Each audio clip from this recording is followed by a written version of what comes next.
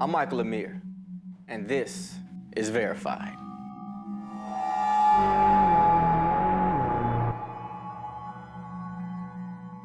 Let's jump into our first story. Now, unless you haven't been following the news or social media, you heard the latest case of police abuse. Well, this isn't the latest case, it's one of the latest cases. There's a new case every day. But this recent event happened May 27th in Phoenix, Arizona. Drayvon Ames, 22, and his fiancée, Aisha Harper, 24, along with their two young daughters, London Drake, who was 1, and Island Drake, who was 4. Now, the family visited a Family Dollar store. Unbeknownst to the parents, one of the children grabbed and walked out with the doll. The employee who witnessed it called the police. The police responded. They followed the family to an apartment complex, and that's where it all began. Let's play the video.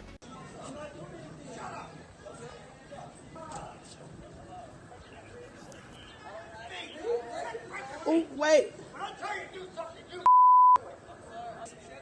Duffy, go get her kids. Go get her kids. Duffy, go get her kids. Hurry up. He needs to slow down, and those kids is right there.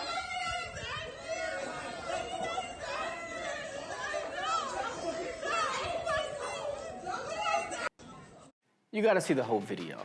Not only is a young man kicked and thrown on the floor, but the police pull out a gun on a mother pregnant with 2 children, cusses at her, telling her, "I will effing shoot you in front of your children." Keep in mind, this is over a doll reported stolen. Now they're saying they have proof they stole aluminum foil or something, but the point remains, this is ridiculous. But now the parents have filed a civil rights claim. They said the officers injured her 1-year-old daughter by pulling on her by her arm when the mother wouldn't give her to the police officer. Now, the county is not standing by the police officers. The Phoenix Police Department Chief, Jerry Williams, told the public that an internal investigation is being conducted over this incident. She said, and I quote, "I, like you, am disturbed by the language and the actions of our officer." She went on to say, "I assure you that this incident is not representative of the majority of Phoenix police officers who serve this city." I hope she's right. But not only is the chief apologizing, the mayor of Phoenix is now coming out apologizing. Phoenix Mayor Kate Gallego says, the police officers' actions were, quote, "completely inappropriate and clearly unprofessional," calling the recordings beyond upsetting. The couple is demanding $10 million from the city of Phoenix. In the claim, they say the police officers committed battery, unlawful imprisonment, false arrest, and infliction of emotional distress, in addition to violating their civil rights. Go back and watch the video. It's gonna be hard to not agree with them. Now, Jay-Z is stepping in. A division of his company, Roc Nation, has offered to provide legal support. Team Roc has secured high-profile attorney Alex Spiro to join the family's legal team, pro bono, and plans on filing against at least one of the officers for child neglect. In a statement for Roc Nation, the managing director of philanthropy, Dania Diaz, said the incident was, quote, "absolutely sickening. There is no place for that behavior in our world," she said, "let alone our justice system. We are calling for the immediate termination of the police officers in question." She ended by saying, "We are committed to supporting the family to ensure that justice is served." I think Jay-Z is setting a great example by doing this. This isn't the first time Jay-Z's helped those in need of justice. He has a solid track record of this kind of work. You know, it's our duty to stick together as a community, and I commend those with means coming forward to assist in these situations. Now, this is not going to fix the problem of police brutality and police abuse. Firing one police officer isn't going to change much. It's a step, but it's not going to change it. Go back and look at the video. In the video, that wasn't an issue of training. That was hate. That was wickedness. This is a complete system that has to be uprooted. You can't police our communities if you hate the people in our communities. The people in our communities need to be policed by those from the communities or empathy with people in the community. Otherwise, nothing's gonna change. But As a first step, the least they can do is fire those cowards like that and others who commit these kind of brutalities. Now, moving on. Trump. The U.S. is sending 1,000 troops to the Middle East amid tensions in Iran. Acting Secretary of Defense Patrick Shanahan announced Monday that President Trump's administration will send 1,000 troops to the Middle East. We are getting closer and closer to war. Now, this is what's been going on. The Trump administration blamed Iran for the attacks of 2 oil tankers in the Gulf of Oman, which is near Iran. These were Japanese ships with American interest.